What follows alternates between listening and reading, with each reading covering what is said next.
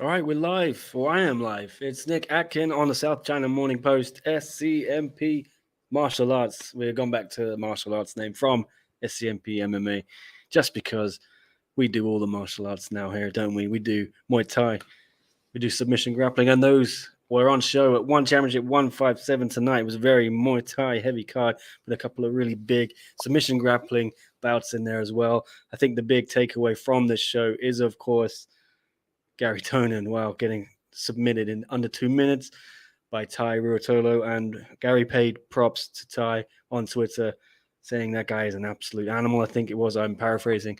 But yes, an unbelievable performance, not just from Tye, but from Kade as well, who beat Shinya Aoki by decision. Very, very impressive debuts from both of the young men. I think they're both only 19. Incredible stuff. Here is Tom Taylor, though, jumping in the fray. What's up? How you doing? Life's good, man. Life's good. Can you hear me okay? Oh, I can hear you. The people can hear you, I think. Nice. Yeah. I'm going to lean in here a little bit. We got our first comment from the ever reliable Tan. What's up, Tan? It's been a while since we've done any of these. I'm sorry. I've been globetrotting all around the world. You sure have, man. Yeah. Dodgy Wi-Fi as usual. So bear with me if it breaks up. But Tan saying, yeah, Garry Tonon was most surprising. I think that is where we're going to lead off, Tom. You have had quite a long morning. So thanks for jumping on. We'll try and keep this brief. But yeah, that was just incredible, wasn't it? I was watching it in the nearby Bangtao Muay Thai and MMA gym with some of the people from the grappling class. I wasn't in it myself because I've got a staph infection, but we were all gathered around the laptop. We watched that. Interesting because Alex Schild, who is one of the teachers here, one of the founders of the gym as well. He knows these guys, and Josh Hinger, who also teaches here. Hinger, he gave these kids their black belts. You know, he's seen them since they were 3 years old, I think, coming up through ATOS in San Diego. So been an incredible rise for them, man, hasn't it? Just unbelievable. Yeah, man, it was an incredible performance from young Tye. I thought right away that Garry seemed like too relaxed. He just seemed like, too casual about it. I think he of course understood who he was going up against and the skills that young man has, but he just didn't seem like his head was fully in the game. And then I saw actually just a few minutes ago, he posted on Twitter and Instagram. He basically admitted that he said he was kind of he was planning on what did he say, on riding out some of the poking, prodding BS that Tye does at the beginning. So I guess he kind of figured him to hand fight and stuff for a couple of minutes. And then Tye ended up just being way more aggressive than that. Yeah, I mean, you can't, that's not really a great excuse in my opinion, but yeah, it sounds like that's sort of what happened to Garry. He wasn't ready to, get right into it. And Tye was. Yeah, that one's gone viral, I think, on Twitter. Yeah. One Championships video, that's 200 retweets or something. The engagement, obviously, the numbers there are a lot higher than most of the other card. I guess it's not the main event or the co-main event, but I think this is the biggest talking point of the show. So I think we're going to start with this. But it's weird, isn't it? I mean, you can sense Garry's disappointment because, to spend your whole life, dedicate your whole life to something like this, and then here are these kids now who have just been like knocking off everybody, and it must be quite galling, someone so young. I was told, Alex Shields said they basically had their black belts when they were 16 or something, which is incredible. That's 10 years of training, so what, from the age of 6, it's incredible. It's just unheard of. Yeah, I mean, it's got to be tough for Garry, right? Like, he's got to feel a bit like he's aging out of this sport already, but he's only 30, as Mitch said during the broadcast. Like, I mean, he really is still kind of in the prime of his athletic life, but he's got to feel, especially after this fight, that the sport is kind of passing him by. And I was also thinking, after his loss to Ton Lee last time out, if there was anything that was going to comfort him after that brutal loss he had, it was coming out, going back to jiu-jitsu, beating a young prospect with a lot of hype behind him, kind of reasserting himself in that sport. And of course, it actually kind of went similarly to the Ton Lee loss, obviously a different sport, but it was just a quick kind of brutal loss where he didn't really have a chance to do anything, kind of impose his game at all. So he's definitely in a tough spot right now. He's riding tough losses in 2 different sports. It's hard to say where he goes from here, honestly. What do you think? I'm just tweeting out this link, so you got to keep talking briefly while I I can keep talking. type it out. But no, I like that analysis. That it must be like that. Yeah, it's got to. It's after that Tanley defeat that was so devastating, and back to back now defeats for Garry Tonon, who had come into one championship looking unstoppable in MMA. I thought he was, destined for the title. I thought that showdown between him and Martin Nguyen was on. It's just not worked out, has it? Martin lost the belt to Tanley. Tan looks, it's tough for me to see anyone beating Tan now. And Garry is going to have to do a lot of work to get back to a title shot there. I think he's probably going to have to beat Martin Nguyen. And, Tanley's tied up probably with Tan Kai next. So, like you said, the grappling was always the fallback option for him there. He hadn't done a grappling bout in one for a long time, I think, since the Shinya Aoki one. And now, yeah, he's tasting defeat in that. It's got to be really tough for him to deal with. Yeah, man. Well said. Again, different sports, obviously, but if he had rebounded from that loss to Tonley with a really nice submission over a young prospect, I mean, it wouldn't have made him really strengthen his case for a title shot in MMA, but at least, he'd be riding a win. People would remember that more clearly than they remember him getting knocked out by Tonley. So I think that would have been really valuable for him. But again, he admitted it himself after the fact that he kind of came out and was expecting, I guess hand fighting, poking, prodding for the first few minutes, and perhaps a more serious fight down the stretch. But then that's not what happened. Tye was obviously looking for a submission, looking for a bonus. I don't know if he was motivated by the fact that Kade, his brother, couldn't get the sub against Shinya. But man, he came out like he was hungry. It was pretty impressive. Yeah, and those boys, they've got star quality, haven't they? They do. They speak well. They've got the look. Yeah. They're going to make a lot of money if they haven't already. I mean, they already had sponsors coming out the wazoo, when they were kids, man. They're going to be huge stars. Just unbelievable. Yeah, and Kade, like you said, Shinya did really well, I thought, though. A lot of people were saying to me when we were watching, oh, well, the Garry Tonon one's going to be more competitive because Garry sort of trains that day in, day out. Shinya is an MMA grappler, and maybe his focus has been on MMA more recently. But Shinya put up a hell of a fight. He fought off 2 or 3 rear naked chokes, and then there was a buggy choke right at the end, the signature move. He did everything he could, but I think Kade obviously threatened throughout the whole fight, dominated it. I can't remember any attacks from Shinya, right? Am I missing any? No, Shinya was defending for the bulk of it for sure. I don't think there was really any offense to speak of from him. But I'm with you. After watching Shinya, I mean, he lost clearly, but he at least made it, fairly competitive. He was able to defend everything, survive the full 10 minutes. After watching that, I was kind of thinking that, Garry clearly had, a better chance of winning than Shinya did from the get-go. But after watching Shinya do well, I was expecting Garry to do even better than I initially was, maybe even win. But then I guess Tye had a chip on his shoulder or something and wanted to come out and really make a statement for both of them. Because, it's kind of unfortunate only one of them got a bonus, eh? I guess. I'm probably going to share it, aren't they? Yeah, it depends on the nature of that relationship, I guess. I wouldn't share my bonus with my brother, but. Yeah. Well, I think, it's probably the perfect thing, isn't it? When you've got someone your exact size and shape, how better to practice than to just have someone who's always available to bounce ideas off. And it kind of reminds me of who were those doubles tennis players from America, the Bryan bros. Bob and Mike Bryan used to just, I think they had a joint bank account, they said, and all their prize money they just put straight into that account. So they both had access to it, so they shared everything. Maybe the Ruitolo brothers are a little different, who knows?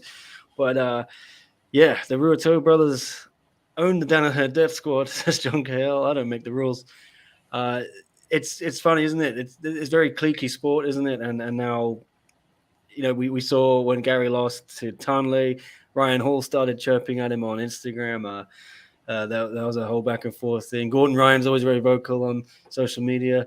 I don't know about these two guys, though. They seem pretty humble. I haven't seen them talking any trash. I know they come up under Andre Galvao, who himself is very respectful, and I don't see him getting too involved in that kind of stuff. We obviously saw him fight Renier de Ridder in Singapore. He was very, very respectful there. It doesn't seem to be in their makeup, or maybe I'm completely wrong. I'm not the expert, so I don't know. No, Maybe I shouldn't be talking about it. That's the sense I get too. Again, I don't know these guys super well either. They're pretty new faces to me as well. But the impression I get of them is almost the same as the impression I got from the Lee siblings when they were first coming up. Not even just speaking about their talent, but just kind of their attitude and their approach. And they speak well. As I said, they've got the look. They seem like they're kind of tailor made for stardom if they can just keep the results coming. But yeah, they really, the way they speak, the way they do interviews, they really remind me of like a young Christian Lee, just his approach to the media. Just friendly guys. Definitely not trash talkers from what I can tell. Yeah, no. Here's an interesting point from Tan. I was talking to you, Tom, on Slack a bit earlier, wasn't I? Saying that I think one missed a trick. This show should have been in Bangkok. I mean, it's perfect, wasn't it? I mean, you could have even taken those submission grappling bouts off it and saved it for more American-centric heavy card. But this Muay Thai Grand Prix, and you had the 2 title fights. They could have easily done this in Thailand, and it's open up now. There are events on everywhere. Tan says Thailand seems like the perfect place to invest for martial arts, PI, Apex, or Revolve. Why doesn't any organization invest in Thailand? Yeah, I've said this to other people as well. It would make sense for one to base themselves here, I think, but then there's the money aspect, isn't there, of Singapore, and it looks good, doesn't it, to have your organization based in this wealthy place. The scenery and everything, they always love showing that at the beginning of the shows. But do you see what I'm getting at? Not just this card, but would one be better off at the moment if they're not even going to be able to open up the Singapore Indoor Stadium tonight, which was closed? I don't understand why. Surely come move things to Bangkok. It could have been done during the pandemic, I know Thailand was closed as well for a while, but it was open before Singapore, I think. What do you think, Tom? That's a pretty loaded question. I've sent a few things your way there, but what's your take on that? Well, yeah, I mean, first and foremost, Thailand is obviously just like a hotbed of fighting talent. So any business entity with the resources and the smarts to come in there and set up shop is probably going to do well. That applies to one and the UFC and whoever else. Should one be promoting fights there now? Yeah, absolutely. I think if Thailand is open and open for business, then yeah, it makes tons of sense, especially for a card like this.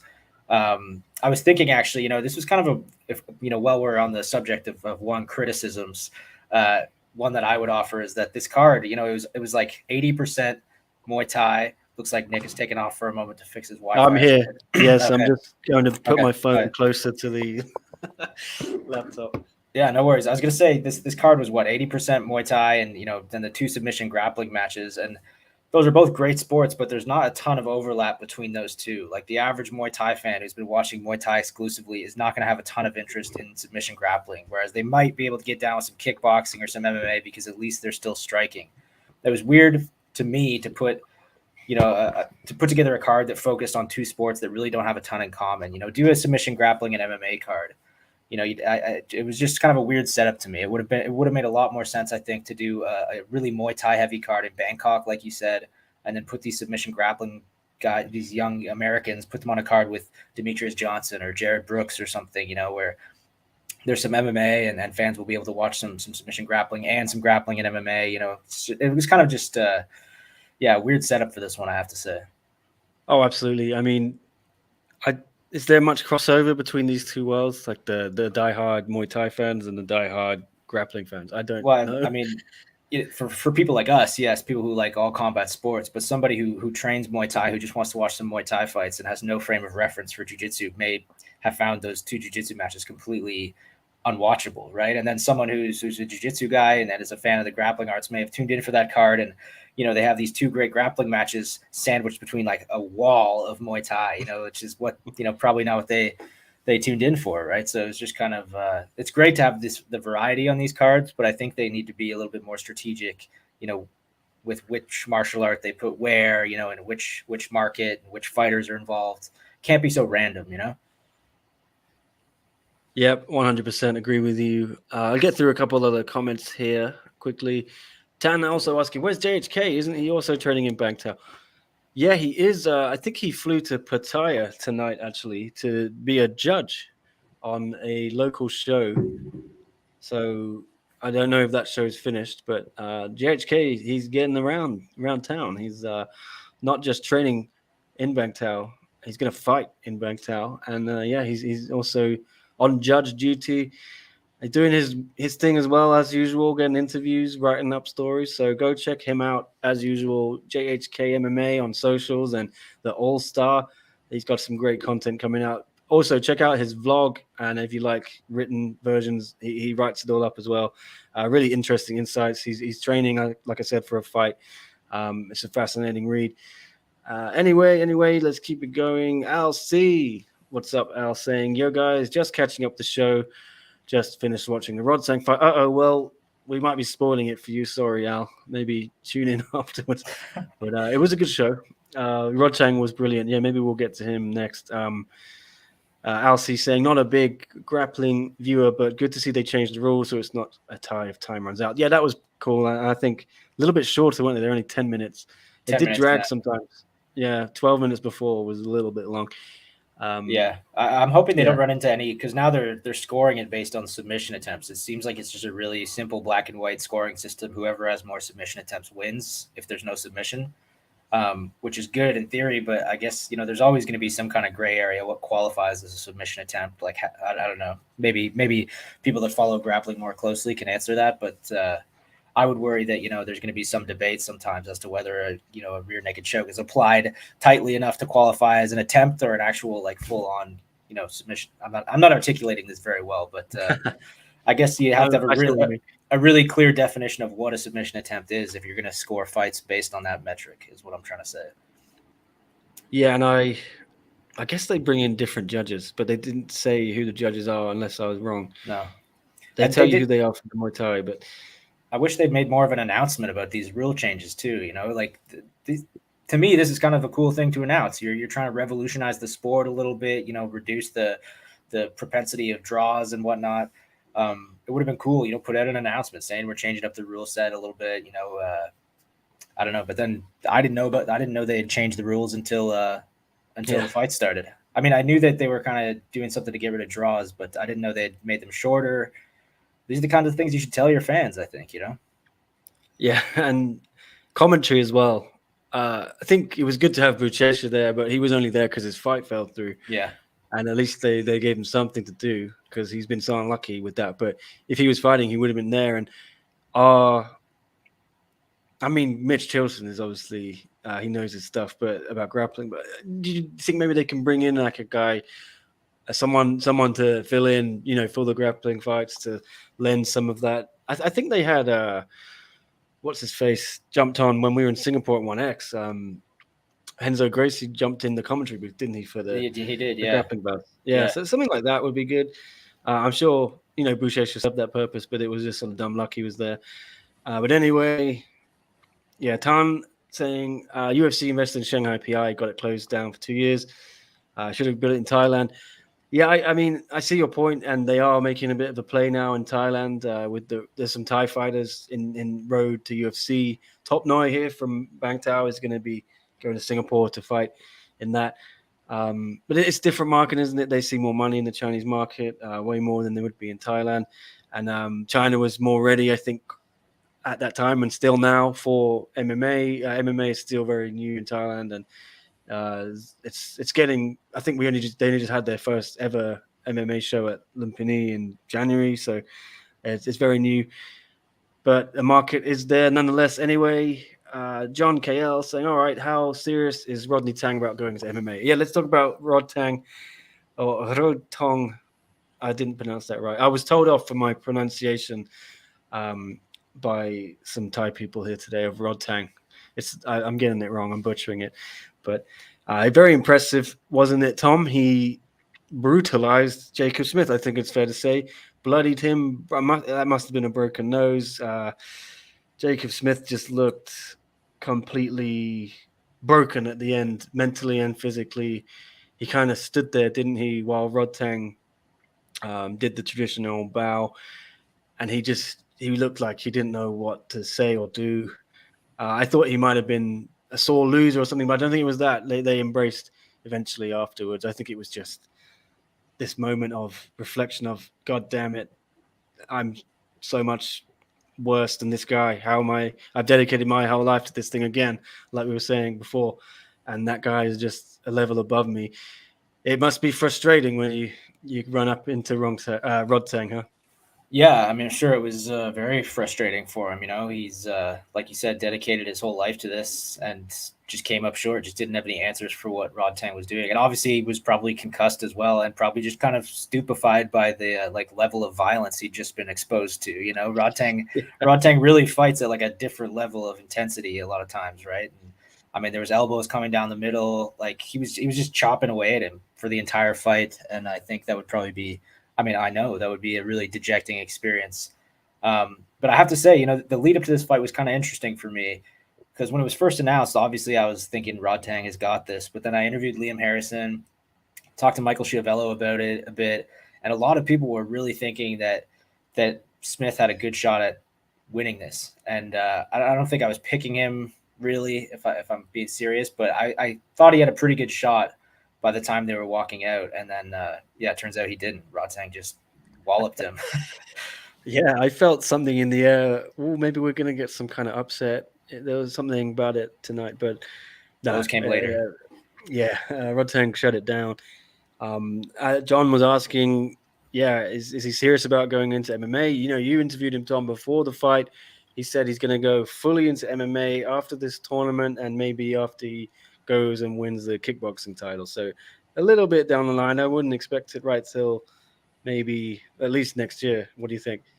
Yeah, I mean, I think he's as serious about this plan as anyone can be about a plan that's, you know, 2 or 3 years down the road. You know, I think he's interested in doing it and hopes to do it, but you just don't know what's going to happen over the next couple of years. You know, if he retains his title and is making tons of money in Muay Thai and wins the kickboxing title, maybe he'll decide it's not worth the hassle of going over and really applying himself to jiu-jitsu. But I don't know. He's really young, right? That's the thing that's so easy to forget because he fights so often.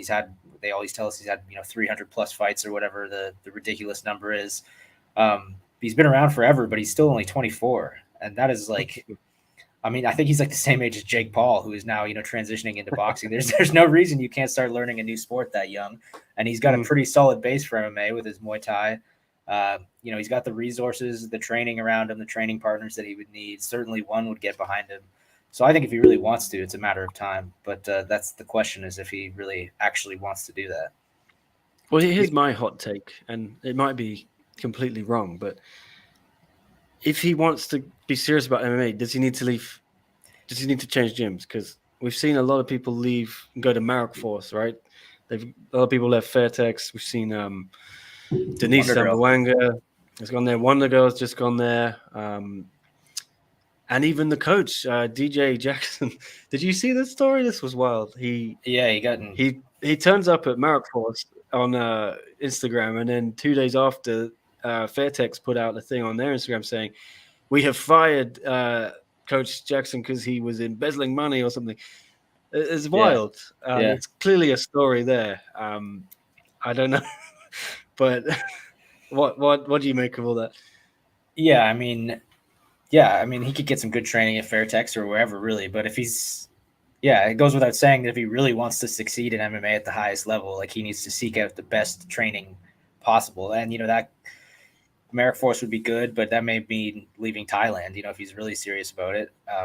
There's any number of places he could go. I'm not saying he has to go to the States, but there's any number of gyms he could go to really tighten up the grappling and stuff. But yeah, just for me, it's a question of whether he actually does this. I have to say I'm like a little bit skeptical because it's so much easier to talk about than it is to actually do, right? You know, he's really like learning jiu-jitsu from scratch at this point. You know, I know he learned some obviously for the DJ fight, but he's still a total novice with the grappling. And I think if he commits to MMA, he has to kind of accept that he's done Muay Thai and kickboxing, which may be difficult for him. I don't think he can do all three. So I guess we'll see. You know, it's going to be interesting if he does it, and if he does it, you know, where he decides to train. Maybe you can train him. I'm not sure about that. Mr. Bangtao. Well, he should come to Bangtao. They've got some very good MMA coaches there. Yeah. I mean, the proof is in the pudding. Yuri Prohaska is here right now. This is crazy. I was I've not been training the last couple of days because I got staph infection, but I'm still walking around the gym most days, and you look left, there's like Yuri Prohaska in the weight room, and then you look right, there's Zhang Wei Li doing a grappling class, and Tye Ruotolo running around, and then it's just crazy, man. This gym is getting big. It's going to be huge. I think the word is spreading. Frank Hickman did such a good job of, while he was in the US for a year, stuck there. He was cornering Volkanovski, obviously, and on the Ultimate Fighter, and then he stayed behind. He was rooming with our buddy Sasha Palatnikov, and he's just spreading the word about the gym, and it's paying dividends now. But that's great, man. Yeah, Rodtang, why not come down here? It'd be good. But yeah, I'd love to see him in MMA personally. I hope he does it. I definitely. I would. Yeah, I just think it's a steeper curve for. I think Stamp was able to, transition to MMA. Like, it was probably not as steep as it would be for someone like Rodtang, who, I think Stamp got to the top, of the division, but she was clearly a level below Angela Lee. But if Rodtang's going to be taking on guys like DJ in the straight MMA fight, it's that's going to be a stark level above him, right? The other five multiple levels above him. Yeah, and that division, his division in MMA is full of grapplers. Like, the top 5 is almost exclusively, wrestlers. You got Adriano, Kairat Akhmadov, DJ, obviously, Danny Kinga can grapple. Like, yeah, that would be a tough division for him, and I don't know. He'd have to start real slow in that sport, I think. Yeah, but Smith did well to stay standing after that, says Al. Agree with you. I'll just get through some more comments, and maybe we could talk a little bit about the rest of the Grand Prix. John asking about the Wonder Girl fight as well. We can get into that. As Tan says, wrestlers and grapplers dominate the sport of MMA. But that's why I think Bang Tao has got the edge on a lot of these gyms, because they've got the Hickman bros. I mean, that's why Tiger had the edge, and that's why Tiger is so pissed off that these guys have upped and left to Bang Tao to start their own gym, because a lot of the UFC fighters, I think, are going to follow them, and a lot of the world-class fighters. But anyway, how much beer does Tye Ruotolo drink? I don't know. I imagine it's a lot. I did see him at the beach on Sunday last week, but I don't think he even had a beer. I was drinking a beer, but he wasn't. Anyway, what about, so Rodtang through to the semis. Who's he going to fight? I can't remember the brackets. I think it's Superlek and Walter. Savas, Michael, and Rodtang, yeah. Well, yeah, Savas looked really slick. That was very impressive. It was some Matrix stuff, unbelievable performance from him. Maybe a little bit of a lack of killer instinct. Am I being too harsh? He's going to rely on decision wins, I think, if he's going to win this whole thing. Yeah, it's hard to say, man. He looked like really technical and long, and he was like a sharpshooter, just the counter striking was really good.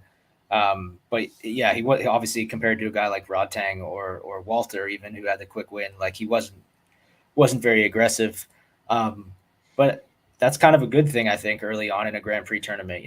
This isn't a one-night tournament, so they at least have some recovery time, but they're still going to have to fight quite a few times this year.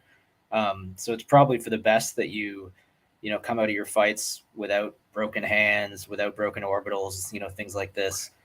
So maybe it's to his advantage that he came out of a fight that wasn't super taxing physically. But he looked great. He's going to lose to Rodtang, but he looked good, man.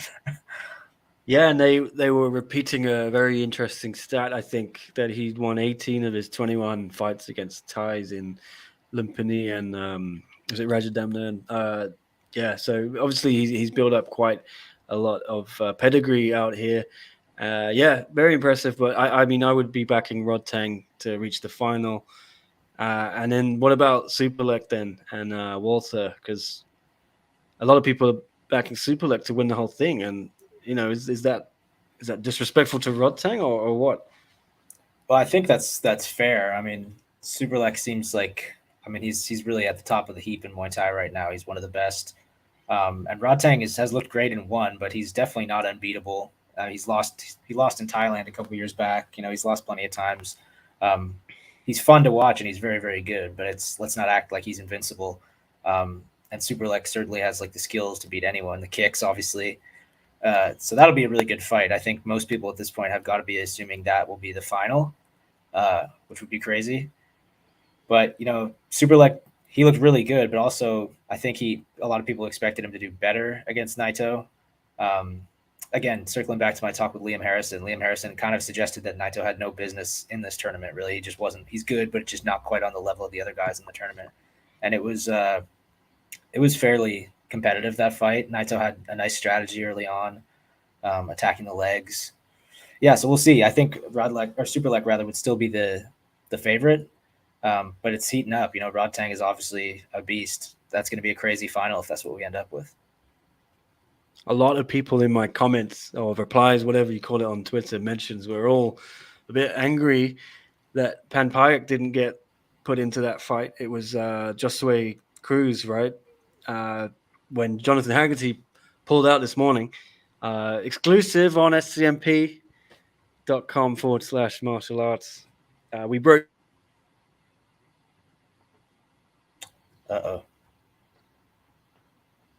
Those were, but you sort of sounded the alarm to me last night, Tom, when you said Haggerty and Walter weren't at the weigh-ins. So I thought it was a weight issue. I don't know. I still don't know what went on, but Haggerty was out. That was a big disappointment. I really wanted to see him in this tournament.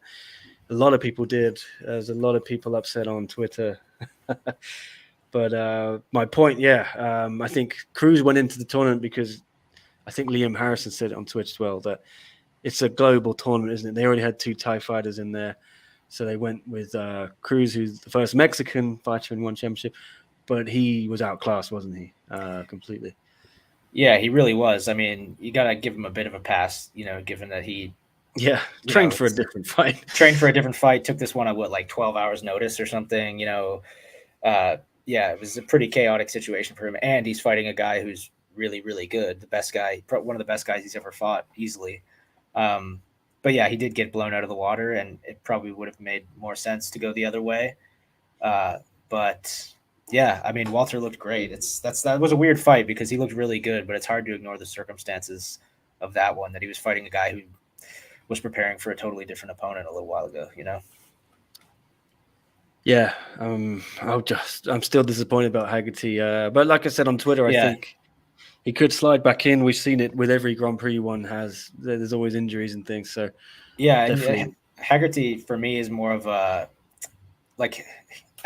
let's be honest. I don't think he was going to win the whole thing. He's a great fighter, and he may have surprised us, but he was the real appeal of having him in the tournament is just so exciting, right? He was going to add a lot of excitement to the tournament, whether he won or lost. So it's a real loss when a guy like that falls out of a tournament like this, for sure. So hopefully he can slide back in, because as you've said, these tournaments rarely go down as planned. There's always shakeups and shuffles and adjustments, especially in the stretch. Yeah. So see what happens. And we do have our official alternate, because there was an alternate bout, and Sherzad Kabutov beat Denis Puric by unanimous decision. So if Haggerty does slide back in, maybe he's got to beat that guy. I don't know. But one is pretty liberal with how they do these things. I mean, that Atomweight Grand Prix was all over the place. You had official alternates just no longer being alternates. I can't even remember. Yeah, and that the lightweight one too, where Christian came in at the end or something. Yeah. Oh, that was a disaster. And Eddie going into the semis after losing in the first round. Yeah. Good fights though, good fights. Crazy drama, but plenty other stuff to talk about. What do you want to do? We could go to John asked about Wonder Girl. So I was gonna say. Yeah. I mean, you were surprised, Tom, that she'd been working on MMA for so long when you interviewed her. I had kind of known. She told me a couple of years ago that she wanted to do it, but I didn't really know the level, the extent she was, working on it. I was surprised as well. Very impressive performance. First round, got the arm bar as soon as Ziba took her down. But what the level of opposition, Tom? But then at the same time, it's her debut, right? I mean, what what's the other option? Giving her someone who's like 5 or 6-0, who's just gonna like grapple her to death and submit her instantly. Yeah. I think it was a pretty. I mean, it wasn't a perfect debut. They probably could have been a little more choosy, giving her someone a little tougher, but that wasn't terrible. I think that was pretty fair. The thing She's that still really young as well, right? yeah, What I is think she's she? like 23 or something. Yeah. Yeah.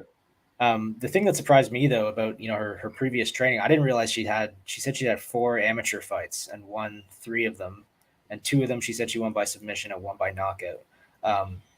She's like, what is it? At least I think she's a blue belt. I as think well, she's a so, blue belt. Yeah, I didn't really realize that she'd been kind of not just planning to move to MMA like Rodtang, but had kind of like the wheels have been in motion for a long time. And she even said that Chatri came and scouted her a couple years ago for MMA, and then decided that she wasn't quite ready for MMA, so they signed her to the Muay Thai contract instead.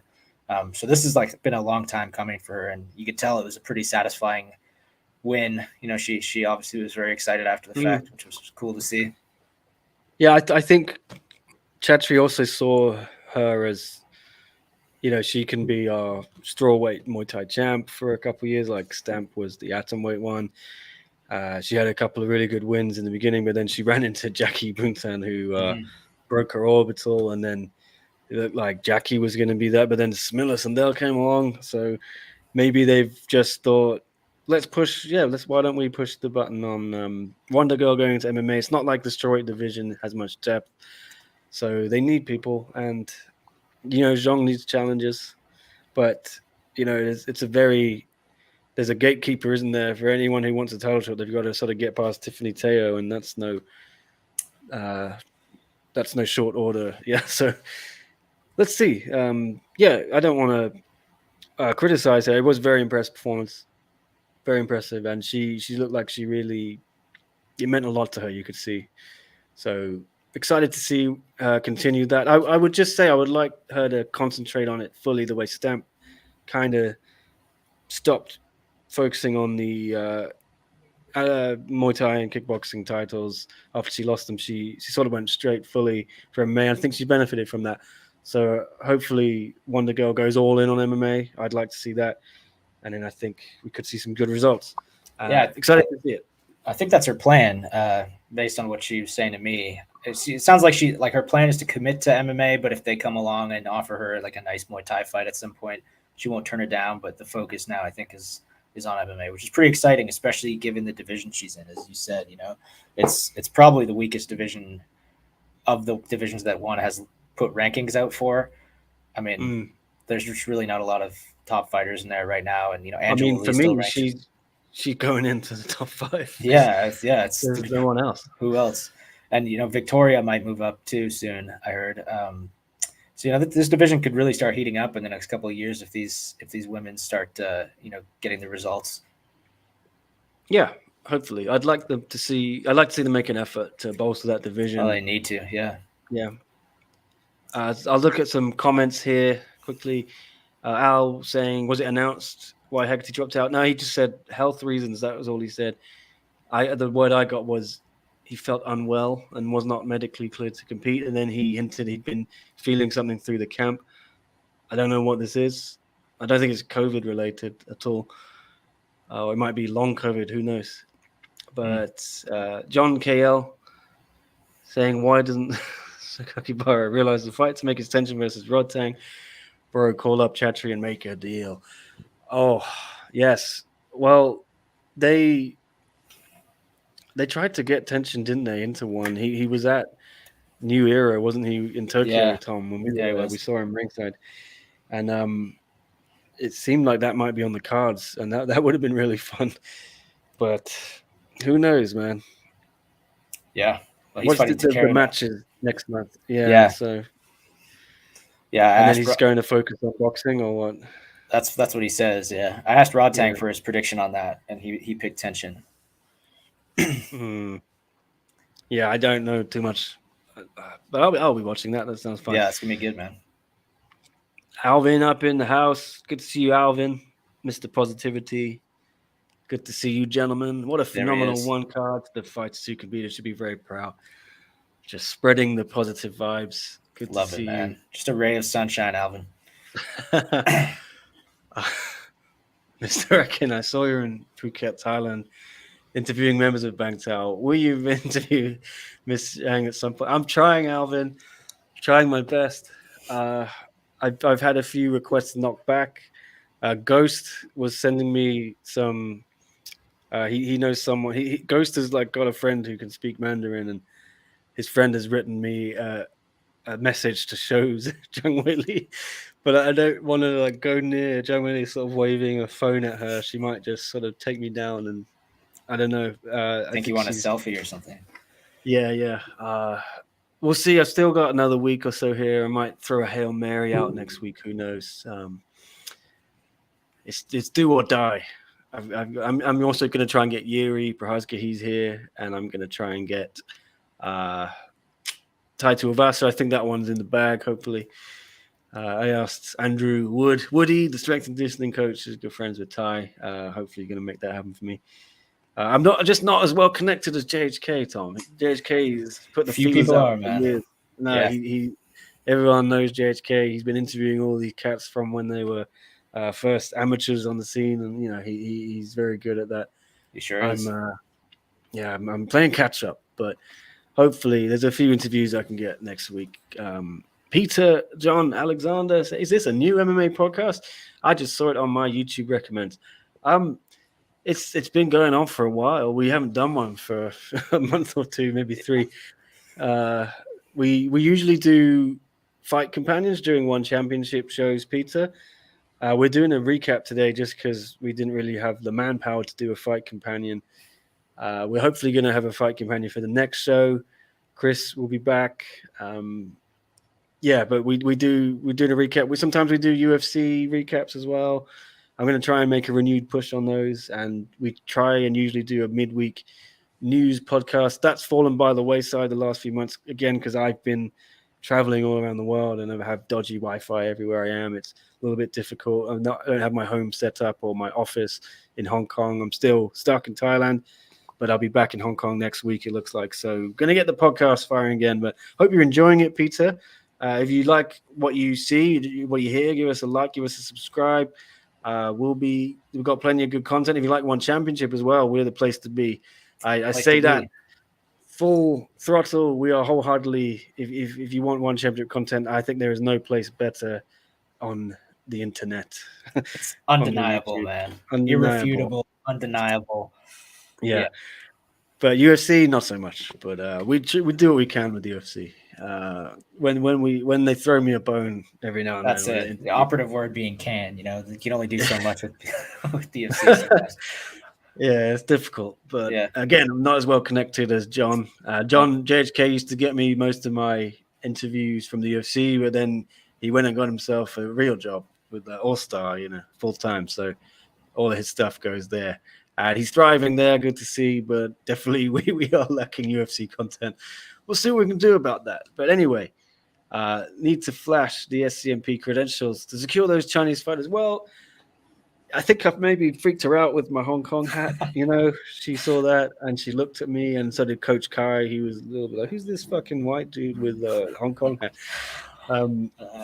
Sorry, I shouldn't swear. But I think maybe I personally feel they're a little bit wary of like Western journalists after the last 2 fights, with Rose, and there was obviously the backlash with the communism comments Rose made, and I feel like Wei Li's a little bit cautious with foreign media, but she's very happy to do Chinese media still, and there is the language barrier, but we'll see. I'll do my best. I know you guys all want me to speak to her.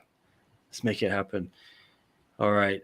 Oh, yes. Not many people cover One, Peter. Exactly. We do. We sure do. We've been slacking a little bit with our podcast output on One, just because, I've been out of pocket the last few months. Been in London and then Singapore and then here. Back to Hong Kong next week. Back to the lab. We'll get it up and running again. I hope you're enjoying it though. Nick, UFC would tell you to take off that hat. Yeah. Did you see my interview with Sasha?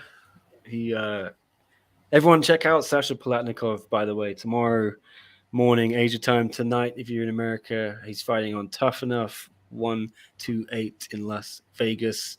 Main event, first Hong Konger to main event a card in Las Vegas.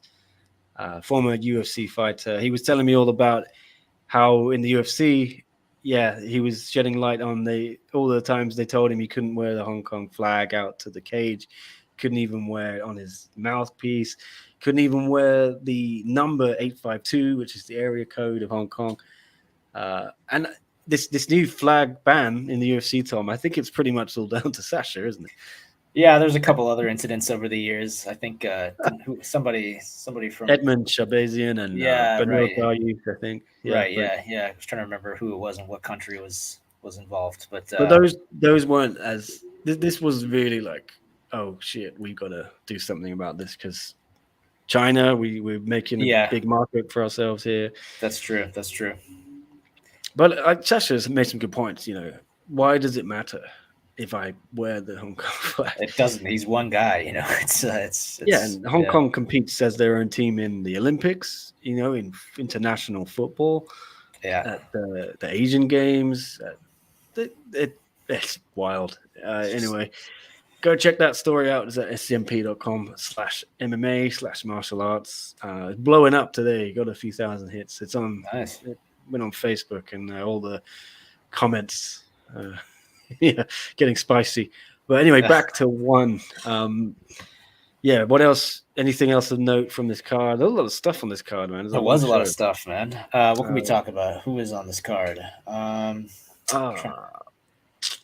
Anderson. Elise Anderson, yeah, she looked good. She, I mean, she needed that after losing her debut, and she almost got knocked out early on in that one. So that was a nice comeback she got going there.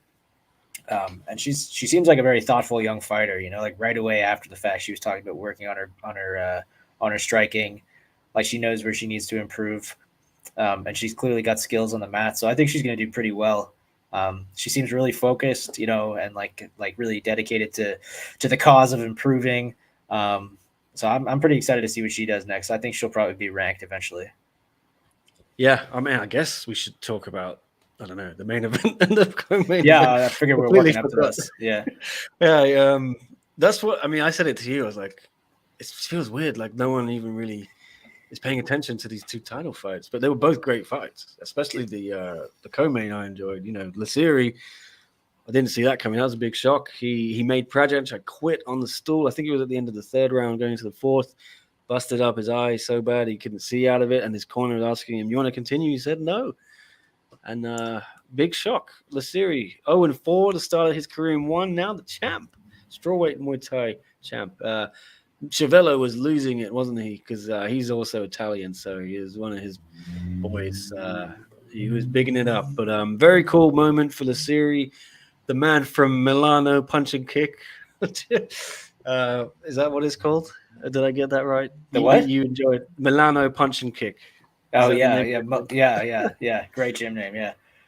Yeah. He looked awesome, man. It was weird. It was kind of a weird ending, especially given the way that the Chiavello had built up the possibility of him winning as one of the greatest upsets in Muay Thai history, and then for the upset to occur by way of like basically a corner retirement. Not quite as dramatic as, Prajic getting knocked out or something, or losing a really emphatic decision. It was kind of, for one of the biggest upsets of all time, it kind of felt a bit flat just because he just didn't get off his stool, right? But yeah, there's no taking away from what Lasiri did there.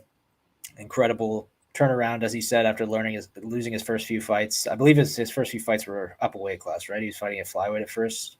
I can't remember. But yeah, not a good start to his career, and now he's the champ, man. It's pretty amazing. Yeah, I thought it was just Chiavello doing his thing. He's a great promoter, isn't he? He sort of sells storylines and fights.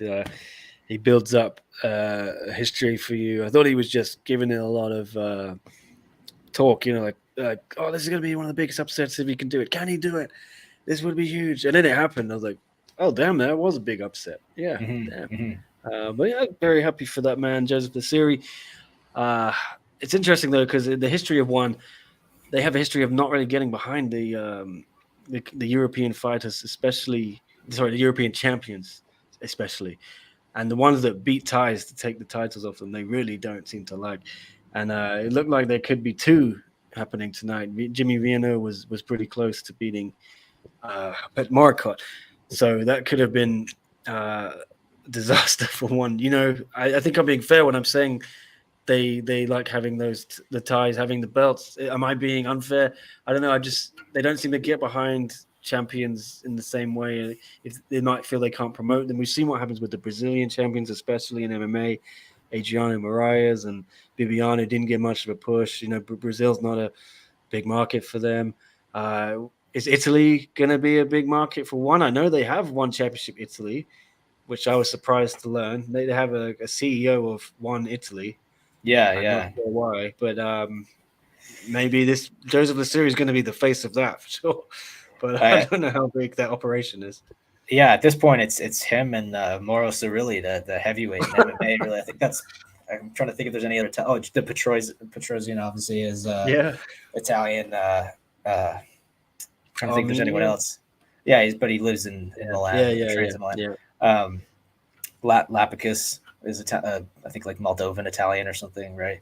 But anyway, that was it was crazy, and I think it's absolutely fair to say that they, prefer having Thai champion, particularly in Muay Thai, right? Because it's the sport of Thailand, right? It's kind of nicer optics if the sport from Thailand is ruled by Thai fighters, but of course that's a pretty naive hope. It's an international sport now.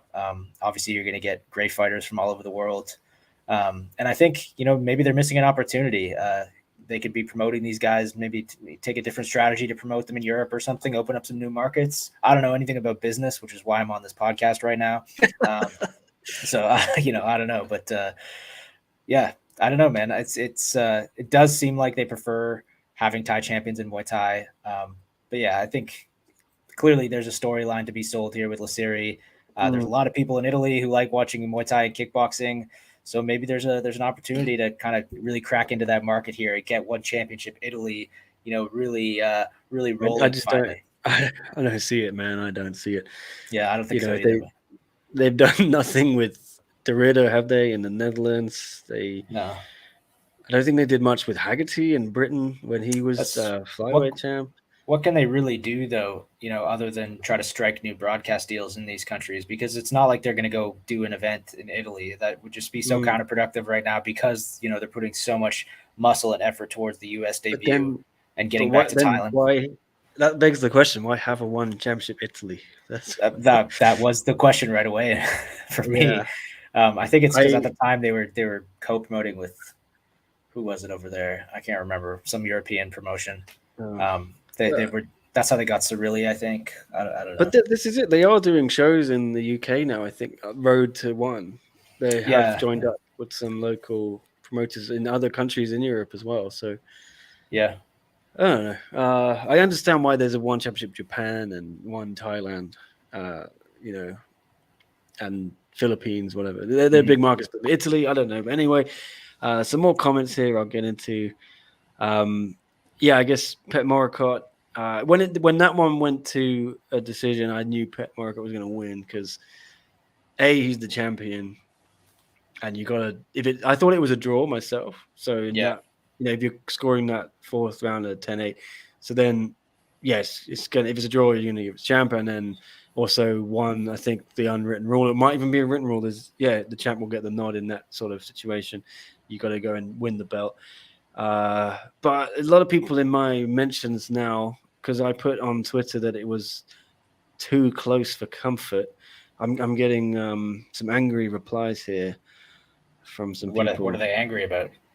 John Wick's puppy says, "You mean daylight robbery?" Mr. Grant Gregory says it wasn't close. That's the issue.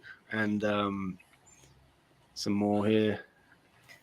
Yeah, I'm in the middle of two people are having a debate back and forth. I'm not even replying. But I hate when that happens. Just gotta ignore it, man. Let them tucker themselves out. Yeah, but a lot of people are angry. What shitty ass scoring. It's all good though, because I'm never watching one championship ever. I'll stick to UFC and boxing. All right, have fun. Yeah, because there's no corruption in boxing. Yeah, that's the place to go if Yeah. you don't like sketchy judging. Jeez. It was a very close fight. What are these people talking about? Some people like only seem to deal in extremes. You know, it's either like a decisive fight, and if it wasn't, then it was a robbery.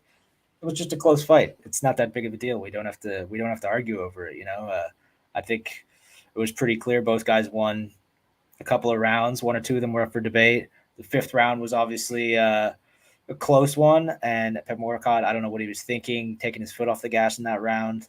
But it was a close fight, and he won, you know, and there are things Jimmy could have done differently too, you know, maybe to make it more decisive. So what can you do? Yeah. Well, either way, it was a good fight. I could see a rematch happening. I don't know. Pep Moricott getting a bonus, I wasn't sure about that. Yeah, that was weird to me too. It kind of seemed like maybe they had planned to give out a certain number tonight, and like they got to the last fight and had one left over. You know, just let's give it to him. Because there were other people I would say that deserved it more. Like I don't think Elise Anderson got one, and I would say she deserved one. You know, for that comeback. Yeah. Certainly more than Moricott did. I thought he was just going to give 2 to the Ruitolos, you know, to kind of further entice grapplers to come and do this in one. Well, even one of them getting it does a pretty good job of that, I think. Yeah. Well, no, anyway, a lot of comments here. Let me get into it. Alvin, we'll start with Alvin. Let's always start with Alvin. Actually, John, we'll start with John. It's about Pep Moricott. Yeah. Okay. I'm clicking.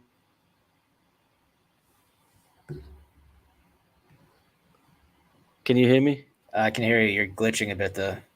Am I? Can you hear me? I can hear you. Yeah. Am I on? Not really, man. I think I'm back. Yeah, it sounds like you're back now. Sorry, technical difficulties. Okay. Do you want to jump out and jump back in? We'll get this sorted, people. Don't worry. Yeah. I'll try and jump out, unless I'm okay now. You're okay, but you're definitely lagging. People, tell us in the comments how Nick sounds. Okay. Wait.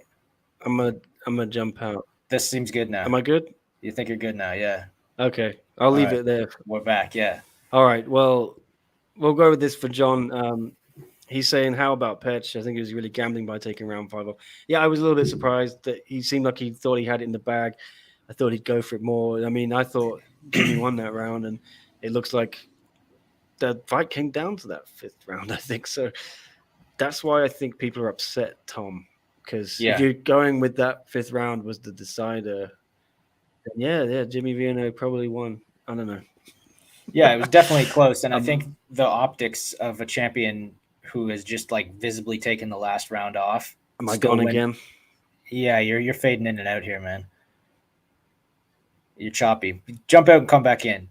I'll keep these people entertained. But yeah, taking the 5th round off was an insane thing to do. And as I was saying, I think the optics of a champion kind of coasting through the 5th round and then getting the decision nonetheless in a very close fight, it kind of screams foul play, right? People think the champion's being protected by shady judges or whatever. But I think really it was just a close fight. But yeah, head scratching strategy for sure to take the 5th round off in a title fight that's so close. But hey, I'm not Pep Moricott. I don't know what he was thinking. I'll try to get some more questions here. This is a fun one from our man Alvin. Do we know why one has deviated from the creative and fun names like Heroes of Glory and Champions of Honor and all that, and is now back to numbers like UFC? I don't know why, Alvin, but I have to say I think it is a positive move. Nick, I've changed subjects. We're now talking about the new one names. This is something I love. I love talking about this. I don't know why this happened, but I think it was a good move because it was, you know, some of those names were kind of fun. You know, the Dawn of Glory, Champions of Heroes, whatever they were all called. You know, but they felt kind of interchangeable. I always joke that they had some kind of app, like a name generating app or something that just takes like a noun and an adjective or something, and you know just whips up a name for them. But yeah, I think the numbered events are much more simple. Personally, it's easier to keep track of. This one was one championship, 157. The next one's 158. Before we'd be talking about one championship, heroes of truth, and one championship, champions of justice. Right? It's For me, yeah, it's like I can remember fights that happened, but I can't tell you at which event they happened at unless it was one of the Tokyo 1X, ones. Century, Yeah. Into the Matrix. Those ones I found easy to remember, but Yeah, but Revolution. I don't remember half, even the ones I went to. I don't remember what they were called. So I'm a fan of the numbers, but I do think it's weird. Yeah, like 157 sounds weird. It'll be better when they get into the 200s. Then it'll be like 1/200. Yeah. Something, But it goes back to what I say always. I think they need to go back to ONE FC. I think it's a more marketable name. It's something that will be easier to get Google from. When you type one into Twitter search or Google search, one championship doesn't come up. You type ONE FC into Twitter or Google, you're going to get a bunch of one championship stuff. So that's true. I think they need to go back to that. And then ONE FC 157, that has a little ring to it. It rolls off the tongue a bit.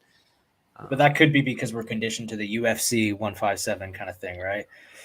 I just think it sounds better than 1157. Was that like an area code, or it does? Yeah, number, so, yeah. Someone's extension at an office. Yeah. All right. Do you want me to go? Yeah. Take the lead here, man. Louis or Louis Marsh, sorry if I got that wrong. Saying Prajant Shah in Thailand is like the living goat in his weight class. No opponent anymore in Thailand. Look what happened today. One step out of normal Muay Thai and no gambling advantages like Thailand. Oh, some accusations here. I don't know. What do you think, Tom? Well, I mean, those are fair claims. I think there's no question that there's some shadiness going on in the Muay Thai scene in Thailand, and a lot of gambling, and the gambling obviously has an effect occasionally on the outcomes of fights and whatnot. But this happens every time a dominant fighter ventures outside their comfort zone and loses. It's anytime this happens, people say they were exposed, they weren't fighting good people before this. Who can say, really? I mean, maybe it's true. Maybe this guy is, a product of favorable matchmaking and shady judging, or maybe he's as good as we all thought he was, and he just fought a guy today who had the right strategy and dinged up his eye to the point that he couldn't see properly. I think that's the more likely option, personally. But who's to say, right? Who knows? But I don't have a counter. Yeah. All right. I think to me, it may have been a huge upset for him to lose, but the circumstances of the loss were kind of disappointing. I mean, clearly the main factor was that his eye was compromised and he was just bleeding a lot, right? It's I'm not suggesting he didn't lose the fight. It wasn't a real loss. He definitely lost, but I mean, of all the ways to lose, it's just kind of an unfortunate and an inconclusive way to lose. He couldn't see, and he did quit on a stool, which wasn't a good look, but he's a great fighter. I don't think there's any questioning that. Yeah, I will. I have nothing to add. I'll leave it there. But I'm what do you think, Louis? Louis, let us know. Peter, tell me how wrong I am. Yeah. Tell us know. Get in the comments. How angry is Chatri at the UFC going to Singapore? I don't know personally, Peter, but it's going to be pretty galling when the UFC turns up in 2-3 weeks, is it, and has a sellout crowd, or I don't know if they've sold out yet, but it looked like it was pretty close. And that's with ticket prices that are a lot higher than ones were for 1X. And granted, one only had the half capacity and it looked like it was full, but it's going to be galling that they're going right into one's backyard and they're putting on a big show and a pay-per-view, no less. And one is running empty shows there the week before or 2 weeks before and a month before and 2 months before. And I was ranting a little bit about this on Twitter earlier that I don't know why these events are closed off. Makes no sense. I wanted personally to go to them and do my job, and it's not been able to happen, and I just don't get it. Yeah, why would you not try and make money off these events? You're renting out the arena, 12,000 capacity, try and make a little bit of revenue out of it, try and make a bit of buzz. I'm sure they could have got a crowd there. I mean, What are they the week before UFC? You could probably use that. Get people to come a week early. Why not catch one championship show the week before UFC? And I'm sure people arrive early for the UFC anyway to go to the weigh-ins and things like that. So yeah, they could extend their holiday. Nice trip to Singapore. Give them some incentive. And there's road to UFC events on that week in Singapore. You could make it like International Fight Week. You know what I mean? Yeah, it's Fight Week Asia. Yeah. One could just sneak in there.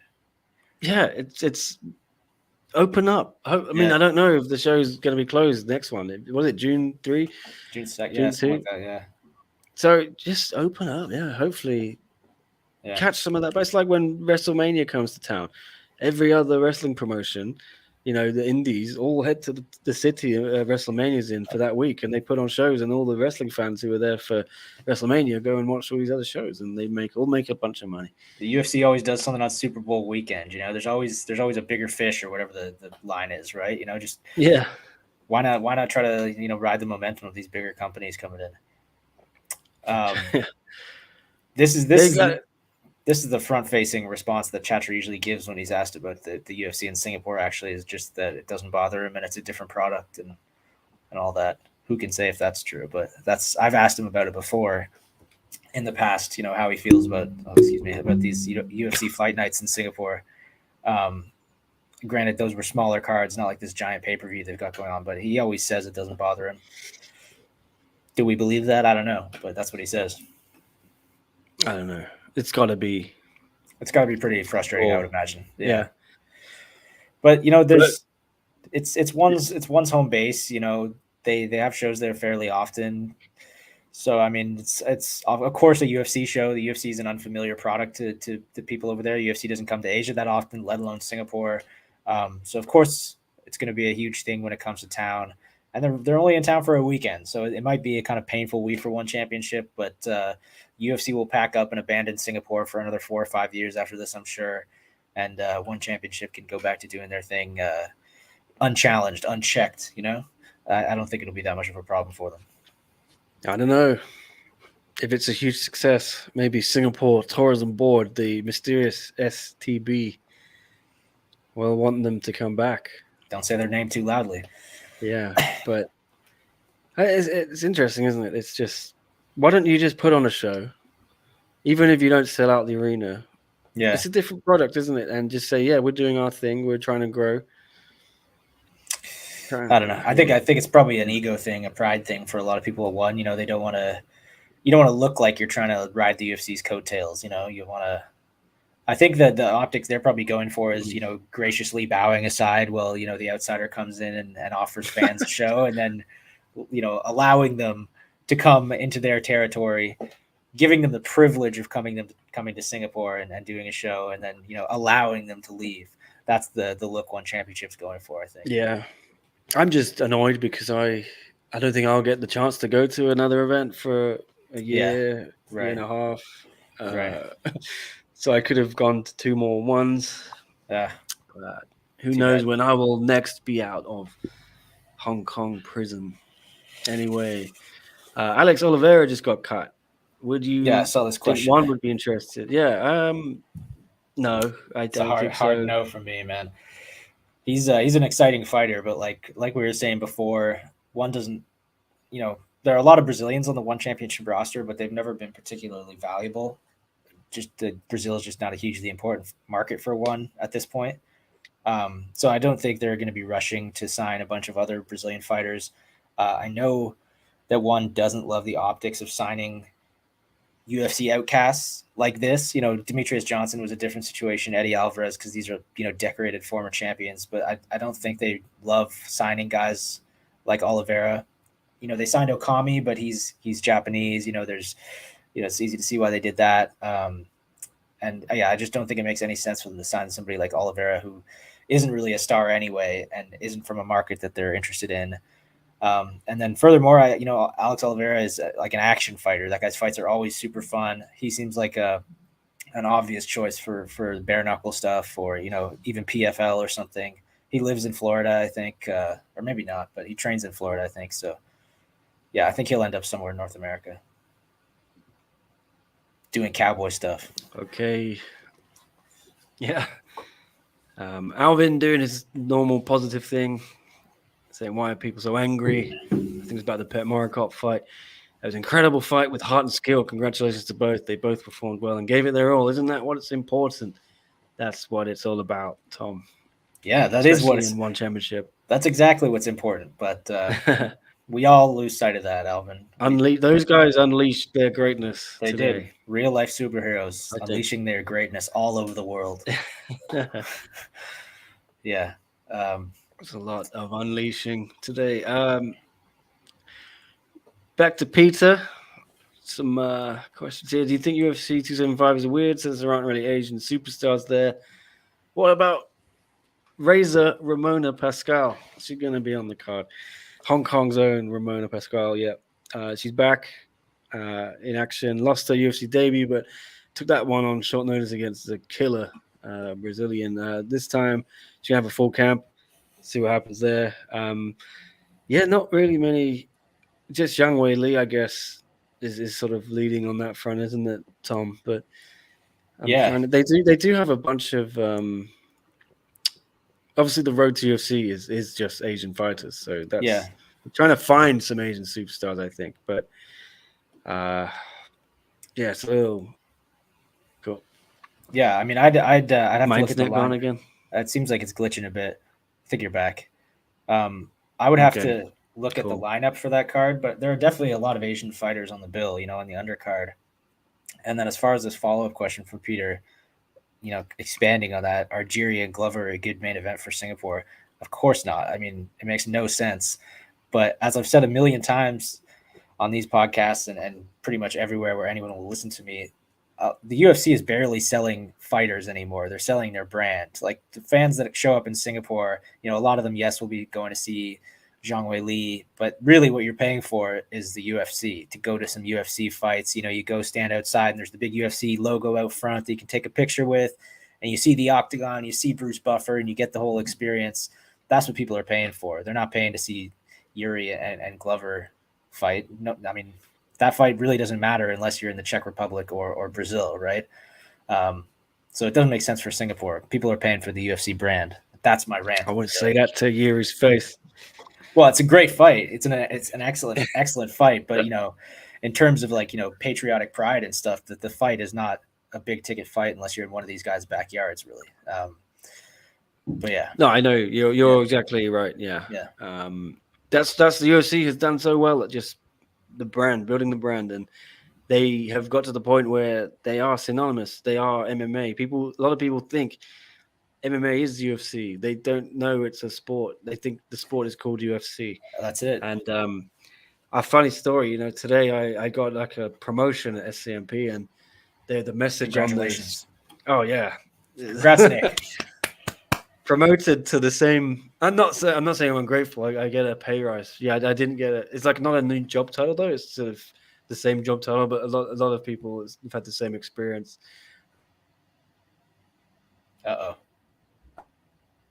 Nick, we lost you, man. Right in the middle of this great anecdote. Am I here? You're here, but barely, man.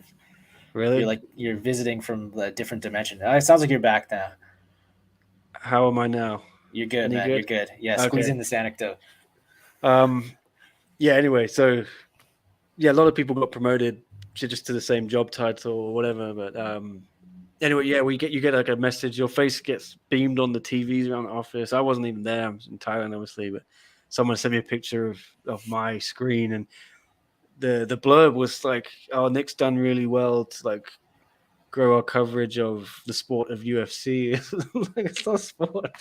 And also, I do way more one championship than UFC. So clearly, I'm not growing one championship coverage. Anyway. But my point stands. A lot of people think MMA is UFC. So, yeah, Singapore, that's not surprising to me. Yuri and Glover in the main event. It's going to be a good fight. And the brand sells itself. People are going to love to be there. One have a much taller task. They have to put on fights people want to go and pay and see because they don't have the brand. People aren't just going to like plonk down money to go and watch a one championship show in Singapore. They're not going to fly in to watch any old one championship show. Like they might fly in, if you put on DJ and Rodtang, but that's like a super fight, literally. You know what I mean? It was a special thing. Angela Lee and Stamp, that was a big fight. They had to load up that card to get that buzz, and they can't do that every month. But the UFC could put on a similar level card every month, like the one they're putting on next month. They've just got that depth. They've got that machine working in perfect harmony. Anyway, any updates on Eddie, Cosmo, Sage? No, none at all. To the point that it's now just weird, especially in Cosmo's case. Sage, I don't know, he had COVID, it was pretty serious. Eddie, I guess they're saving Eddie for Prime Video debut, whatever that's going to be, or whenever that's going to be. Probably saving Sage for that as well. That's yeah. I don't know anything about any of these guys. Last I heard about Sage was that Chattery was interested in doing that fight with Edward Flying, the Super Series fight between those two guys, and Edward seemed really keen on that too. So I think he's kind of pushing for it a little bit.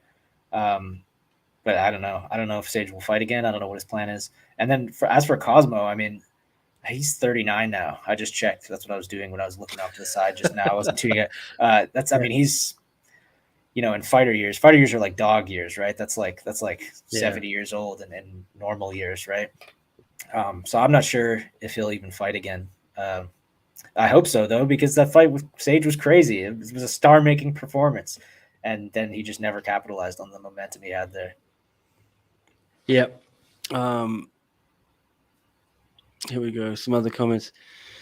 Ong checking in. Shinya got dominated. Who are the two Grappling brothers? Never heard of them. It's the Ruitolo twins. You've not heard of them? Been under a rock? No. I'd never heard of them until they signed for one. But people in grappling circles have been raving about them for a long, long time. And they are the next big thing, if they're not already. Anyway, couple other comments quickly, and then have we got through everything? I guess. I think we've hit every fight. Yeah. Okay. Yeah. So we'll just get a couple of questions, maybe quickly. Yeah. Okay. Because Tom's had a long day. He's been up since 5 a.m. But living the dream, writing about fights, chugging coffee. Yeah. What could be better, man? Yeah. So I mean, I'd rather be watching them live in Singapore. One championship, but same. Yeah. Although not that I'm not having fun in Phuket, but it would have been good to be there, even in an empty arena. Yeah, it would have been a little less empty with us there. Yeah, but doing my thing. But quickly, thoughts on Jack Slack constantly slagging one's shady business practices. Asked Peter. Jack Slack has said. He's a fan of one championship. He just hates the shady business practices, as you put it, Peter. He doesn't like that side of it. I think he really likes the fight content, especially on cards like this. He had some funny tweets tonight. I love Jack Slack's stuff. I love his podcast. He has a way with words, and a lot of what he says has a lot of truth to it. So, he's funny as well, and yeah, what was he saying tonight? It's like watching one card is like having a delicious 7-course meal, but in between each course, you're made to wait 15 minutes, and they try to sell you a Ponzi scheme or something like that. That's funny. Yeah. So, look, yeah, that's it. A lot of people dog on one, and that's because of the way, I think, more the way they used to do things. They're trying to change course a little bit now from what I've seen behind the scenes, and they're trying to kind of present a more respectable image. They've got rid of some of the practices that maybe people didn't admire too much before, but there's still stuff I think they can work on. But yeah, one's going to always have this tough battle, I think, Tom, on their hands too, reputation wise. They did a lot of damage in the past with the stuff like about 3 billion viewers, which was just stupid. Saying they're like the biggest thing since sliced bread, at every possible opportunity. I've always thought they should have gone the other way and been more humble. They do preach martial arts values, and one of the biggest ones of those is humility. And if you say, yeah, we're not as big as UFC, but we want to be, and we want to be like the the UFC of Asia. So here's our product. This is what we think we can offer. This is what's different about it. Yeah, that's how I do it. But they've made a lot of mistakes. As you said, Tom, I'm no businessman either. So yeah, they've made their share of errors, in terms of their business strategy. And I think a lot of the higher ups in the company would be very quick to admit that they've made mistakes that they're trying to fix. And I think, as you said, Nick, a lot of things Jack Slack says are pretty fair, pretty fair criticisms. Yeah, Jack Slack's the man. I love that guy. Great analyst, great writer. I personally lost the energy to get angry about shadiness in combat sports a long time ago, because it doesn't matter if you're watching one or the UFC or a big boxing match or PFL or Bellator, there's always some kind of seediness happening, man. It's it's unfortunate sometimes, but you'll lose a lot of sleep if you dedicate too much energy to that, man. Amen. Yeah, that's just my opinion, but yeah. But yeah, there's no saints. Yeah, it's an industry of sinners. It is, man. Like us. Yeah, we're all scoundrels. Sinners. Yeah. Do you know Jack Slack's identity? Yeah, Jack Slack. He also mentioned, I see why you're praising him. He mentioned on his Patreon that Tom Taylor is great. Oh, I used to work with him, man. He's awesome. Yeah, I love Jack Slack. And he's really, I think pretty much everyone agrees that he's a fantastic analyst, and he's a really good writer too when he writes. I think Jack Slack's awesome, man. He can talk crap about whatever he wants. He's his own man. Just blowing smoke up Tom's ass here. Yeah, it's the fastest way to get me to compliment you. Just for future reference, everyone. Yeah. All right. I saw, Alvin saw that Mr. Brahazka is also at Bang Tao. Yes. What's it like to be around so much MMA talent? I spoke a little bit about it earlier, Alvin. Yeah, it's so cool. Just the vibe of like you can be in a class and then, you can be with complete normal people, whatever you want to call us. And then you can have like amateur fighters there. And then you can have like pro fighters who are sort of making their way up, and then you can have like top level world champions and contenders like him. It's just crazy looking around the room, and no one has this kind of ego where they think they're better than anyone. Everyone just sort of works together. Like I was watching the wrestling class that Frank took yesterday, Frank Hickman, and at the end he makes everyone sort of walk around in a circle going like this, just walking with their arms up. And then Tye Ruotolo kind of, stopped going in a circle, and he turned around to high five everyone who was walking past. Like, it was just cool. That's cool. Yeah, really cool to see. I love the energy, and it feels no like a special gym. I don't know if it's like that at every gym. That's not. It's definitely not. What they're doing here feels special to me, and the people behind it are special. So hopefully it stays special, man. Yeah. If you haven't, if you can ever get out here, go check it out, everyone. Doesn't matter what you want to do, what goals you have. If you just want to do some fitness stuff, that's what I do mainly. I do a little bit of jiu-jitsu, but I just been doing fitness.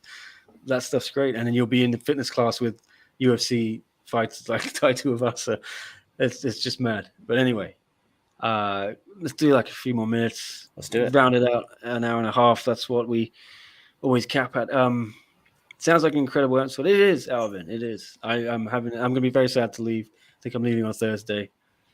Alvin, you should make the trip out to Bangtown. Bring some of that positivity out to the gym. It's already a positive place, man. It'll be just the most positive place on earth. If too positive. Yeah. Oh wow! This question for Nick: how easily accessible are PDs at the Phuket pharmacies? Oh wow! I don't know. I mean, I haven't looked for them. I've not been in a pharmacy. First mistake, Nick. Yeah, I've only been in Family Mart, but I'm not buying PDs. I'm buying Pocky and Rookie, like Diet Cokes and cigarettes and maybe a few San Miguel Lights. I don't know.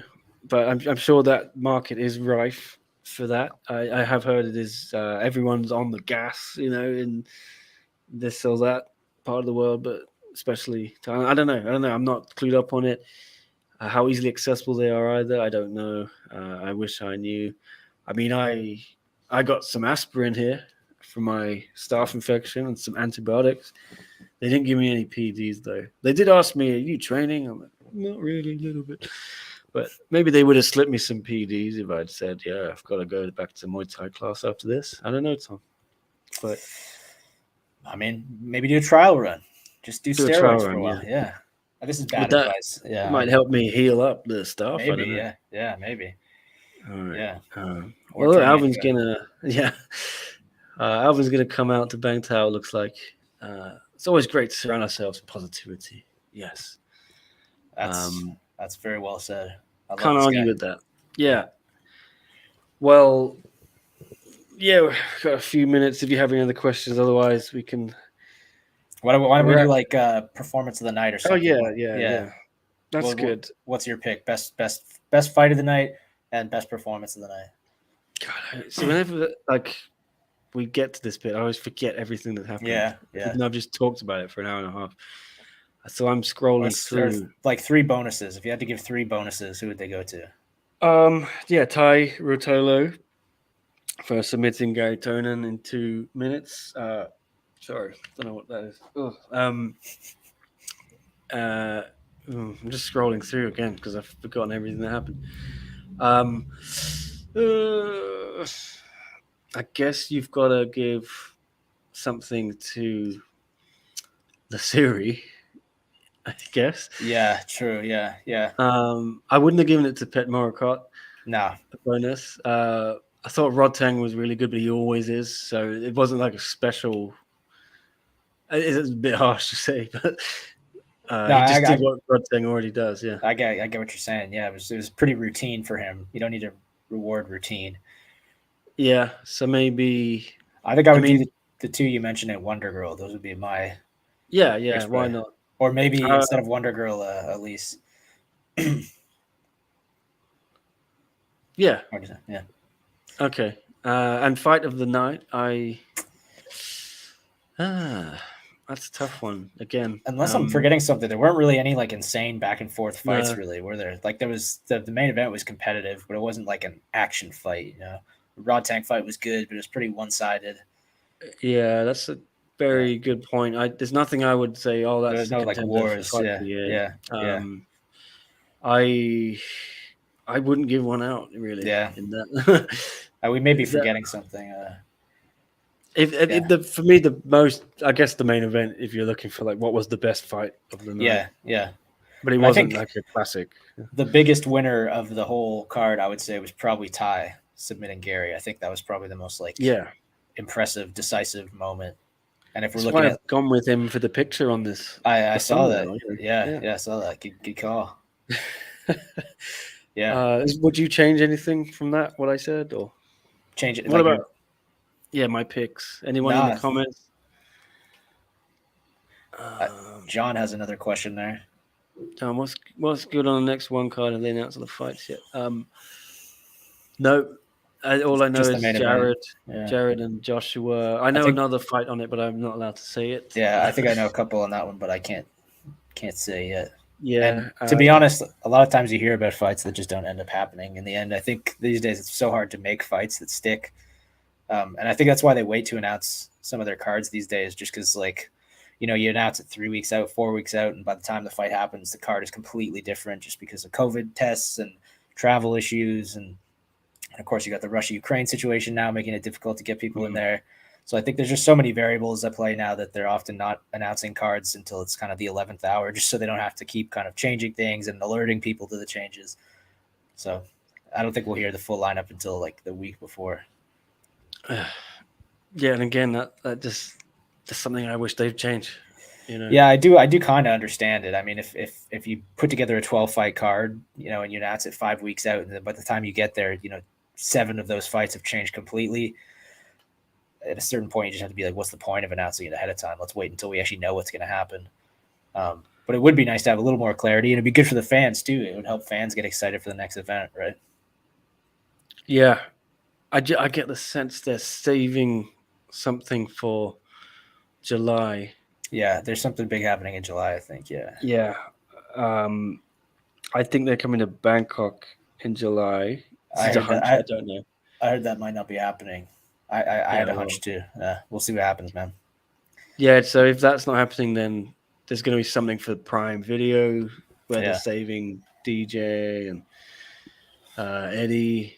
Anyway, yeah, I think there's going to be a big card in the summer, but up until then, it's sort of going to be good cards, but not star power. So it's tough, isn't it? Because these are really good cards. They're stacked, but they're not got the headlines that really draw you in.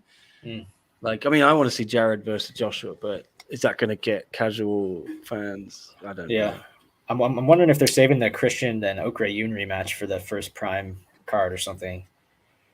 Because it's so strange that hasn't happened yet, or that we haven't really heard anything about it happening. I heard something about it, which, yeah, I guess I can't say, but it should happen soon, right? They have agreed, as Christian told you, they've verbally agreed it. But yeah, but I mean that only means so much, right? Yeah. All right, we are out of time. I got very quickly. Yeah. All right. Well, neither have I. Yeah. Who's the biggest draw for UFC 275 beside the UFC?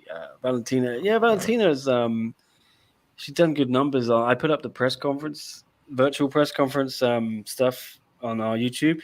Valentina's video has done the most views, I think. And Yuri's one, actually. Yuri's got a huge fan base in Czech Republic. Yeah, and he's like a real favorite. He's like kind of like getting the cult following going, kind of like the Korean Zombie. You know, some of these guys that come along that, you know, even if they don't always win, you know, maybe bastard, isn't he? People just love the character. You know, kind of like Tye Tuivasa as well. You know, these people that just love his persona and the way he fights. So I think he's definitely a big one for casual fans. But yeah, he walked into. I was in this little roadside cafe the other day, and he just walked in to do his laundry. He's like, "Hello, Yuri." He's like, "Hello," and then someone else came up for a selfie. It's pretty cool. He's down to earth dude. I would say honestly on that card, like the two biggest stars, just in terms of people that the casual fan would be familiar with, would be Weili and Joanna. I think partly because of their first fight. You know, both former champions, both fought Rose, who everyone knows now. Joanna, obviously one of the greatest women fighters in the UFC. I would say, and like just based on what I've seen too, just numbers wise, it kind of seems like that's the fight people are really talking about on this card. Yeah, I think Valentina though has got more fans than Weili and Joanna. Outside of China, obviously for Weili. Yeah. I think Valentina is underrated in terms of her popularity. She actually has a big following, and anyway, yeah. Al wants Christian versus Oak in the USA. Do it in Hawaii. That's what I keep saying. Do the US debut in Hawaii. Hope they do some shows outside of Singapore so the Russian fighters can make some money. That's one, obviously, says John. Again, they need to get out of Singapore. Just got to get out. If they can't afford to, like, if they can't put fans in the arena for whatever reason it is, then they got to move somewhere else where they can get fans in the arena. And Bangkok to me seems perfect because you have this whole fight culture here, all these gyms. You have all these Thai champions. Yeah. And Chatri mentioned too when we spoke to him in Singapore, Nick, that they were looking at the Philippines as well as like a possibility for getting some action for the Russian fighters. I think Philippines has just opened up. Yeah, so I think it'll be there, Thailand, fairly soon. Like in the next couple of months, we'll see an event there.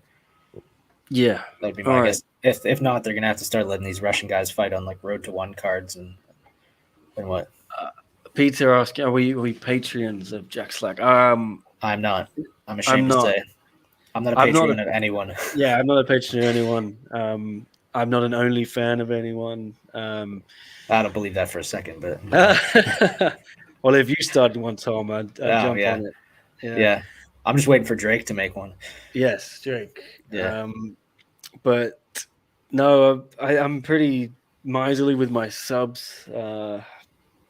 I already pay enough for Netflix and what else? Disney I've got and a few other things, you know. And now everyone's doing it. It's just like you got to draw a line somewhere, don't you? If you pay for everything, then I will check it out though. I've never really given it much of a look, and I should, because I've always liked Jack Slack's work. So I will make a resolution to investigate. I'm sure it's worth it. Oh yeah, absolutely, yeah. More worth it than a lot of the things that people are subscribing to these days. That's for sure. Yeah, and I admire the hustle of people who go on their own without a big machine behind them, like I've got here with SCMP. And it's tough to make your own audience, right, without funding and things like that. Yeah, it's hard to sell yourself like that. It takes a lot of energy and a lot of confidence, and it's things I don't have. Yeah, time as well. Yeah, exactly. Yeah, money, time. Yeah, I respect Jack Slack's hustle a lot, and like we say, great content. Razor Ramona, she's the big draw for you. 65, yeah, Hong Kong. Let's go, Ramona. All right, why can't it be more about the competition than stardom and drama and storylines? Says Mahmood.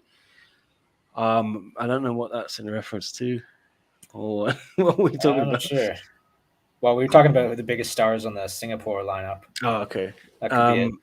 I think it should always be about the competition, and I think One Championship was trying to go for that for a little while when they were really trying to steer away from the trash talking and really focus on the competition side of it. I mean, it should be about the competition, but it never will be. You know, people get interested in the fighters they're watching and the storylines and the drama, as you said. You just kind of got to accept it. You know, sometimes those things really factor into the competition as well. If people are fighting with emotion, you know, and sometimes that's how fights get made. You know, they're making fights because two guys don't like each other or whatever. It's part of the sport, you know.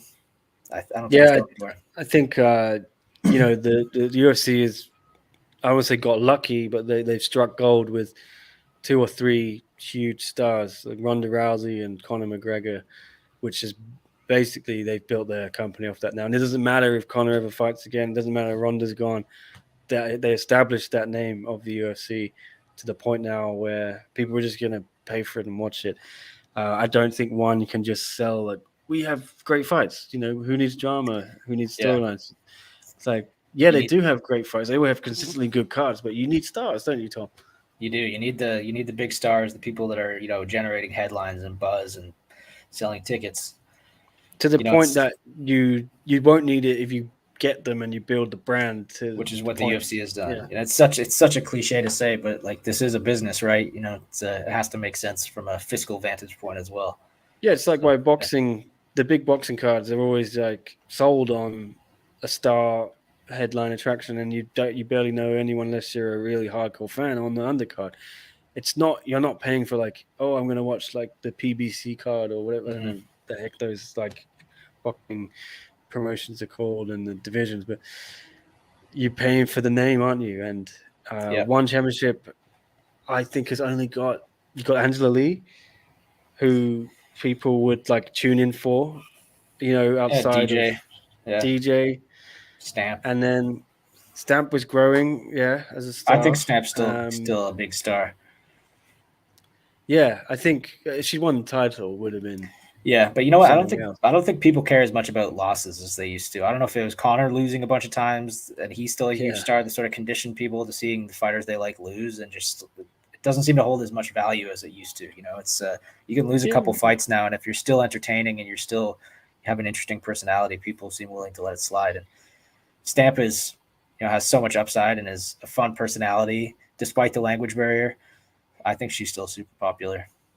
Yeah, it's a good point. But other than that, who have one got that's going to move the needle? You know, drive people to.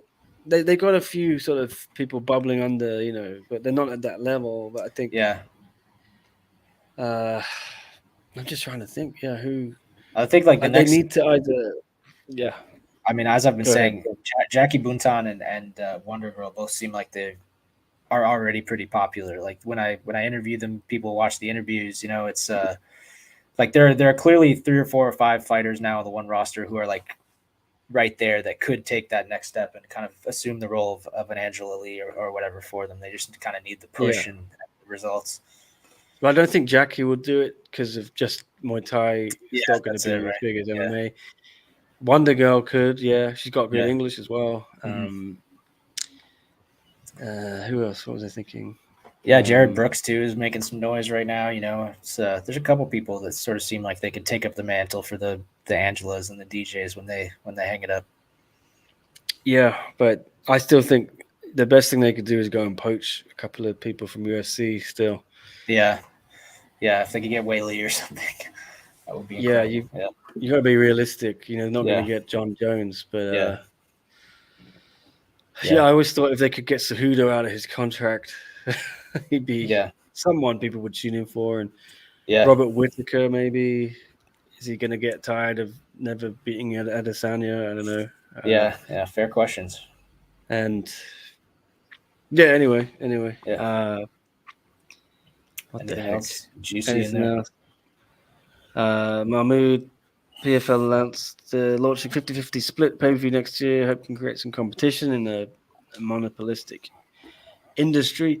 I sort of saw this in my inbox. I saw the press release. Yeah, that's cool, man. I like that. PFL does a lot of really good things.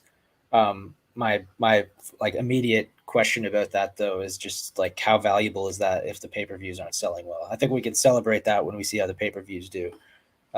It's a cool idea for sure, but it doesn't mean all that much if they're only selling 50,000 pay-per-views, right? Which who knows? PFL is doing big things. They seem to have they seem to be having quite a bit of success. I just saw they announced like another funding round, so they've got resources. I think if they can sell a lot of pay-per-views, that's an awesome thing. But that's the caveat for me. Okay, Alvin, loving a bit of Ramona. We all love Ramona.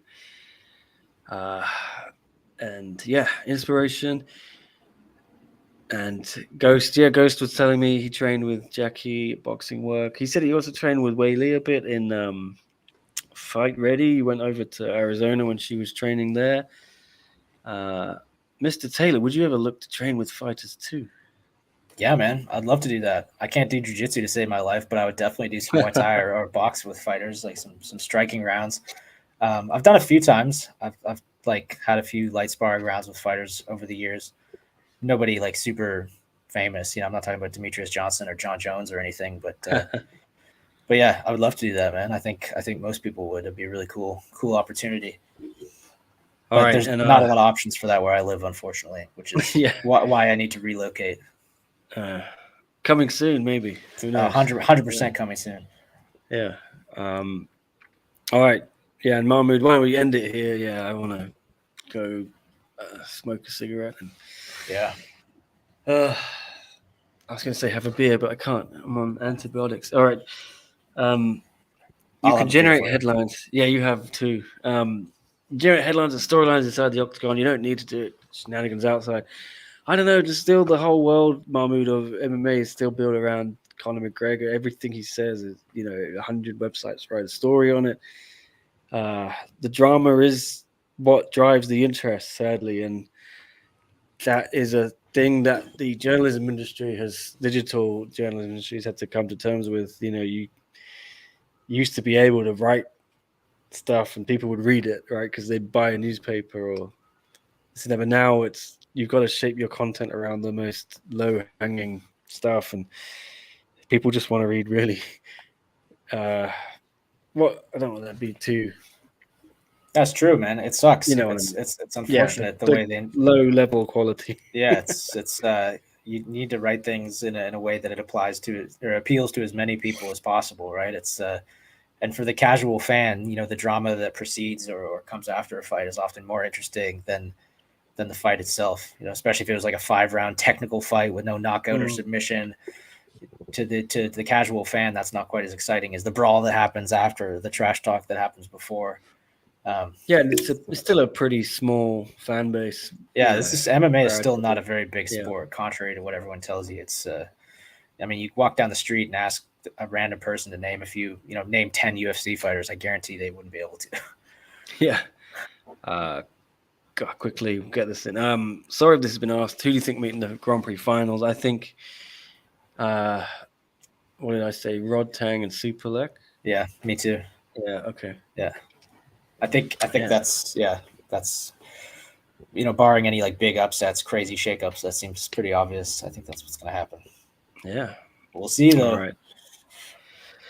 Yeah. And we'll end on a positive from Alvin. You gentlemen have done a great job. Thank you, Alvin. I don't think either of Yeah. us will ever get discouraged while we've got you in our No, corner, man. no, never. Yeah. Everyone go and follow Alvin on Twitter as well. He's got a criminally low number of followers for Yeah. how great he Seriously. is. Seriously. It is Alvin Yakitori, I think. Yeah, at Alvin Yakitori 63. He only got 15 followers. Go follow this man. Follow him. He's very, very good to follow. He's always so positive, but has a great love and passion for combat sports as well. He Do does, it. man. Anyway, What a great way to end it. yeah, we should get out of here. It's been a long day. So Yeah. and it's TGIF. gonna be back on it tomorrow. I'll be putting up some reaction. Andrew Whitelaw, I think. It's so funny. Yeah, when I was about to press go on this, I messaged Andrew and was like, "Hey, do you want to talk shit about one for an hour?" And then I realized, oh, he's probably in the middle of all the interviews. So yeah, and I think those will all drop overnight. We're going to whack them all up on YouTube. So check back on our channel later on or tomorrow morning, depends where you are in the world. We'll have all the. This is presuming they've done some interviews. I don't actually know. They never tell me anymore, but we used to do them ourselves. That again, another annoying thing about The good old days. The good old days of getting access. Yes. So yeah, I'm sort of at the mercy of them if we're going to have any reaction. Otherwise, if they are not, we'll try and arrange them ASAP for Sunday or Monday or whatever. But I'm expecting them to happen, and then there'll be a bunch of articles on scmp.com/martial arts or /MMA. Take your pick. Check out all the reaction from the winners, the big winners from another exciting night of One Championship action. Anyway, final send off. Tom, anything coming up for you? Not What's really, the rest man. of your Just day look like? I'm gonna finish up work and probably have some drinks and then get back to it in the coming days, as you said. More great content coming to SCMP. Lots of One Championship stuff. So stay tuned. It's always kind of fun to unpack the events of a fight card, over the days that follow. There'll probably be a bit of a lull between this one and the next one, as there always is. But the next few days should be fun and busy. So stick around and stay tuned with us. Yeah, and I have a busy day tomorrow, I think. Let me see if I can show you this. It's like there's a wedding, I think, in where I am. I'm staying in this complex, and they've set up a big tent with some chairs and tables. So I've been invited to the wedding. Oh man, it's the daughter of the owner of the complex. She's invited me, so maybe I'll do a live stream from that tomorrow. Oh, you should, man. You should. Oh, look who's here! Just got a bit sexier. Oh my god, it was starting to feel sexier in here all of a sudden. I couldn't figure out why.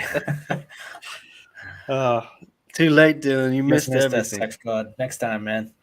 Yeah, next time. Cool. Anyway, have a good weekend, says John, and Yes. I repeat that refrain. Yeah, and maybe we'll see you for a podcast next week. Yeah, let's try to do these a little bit more now. Yeah. Yeah, we'll get back in it. All right, it's been fun. I hope you all enjoyed it. See you all next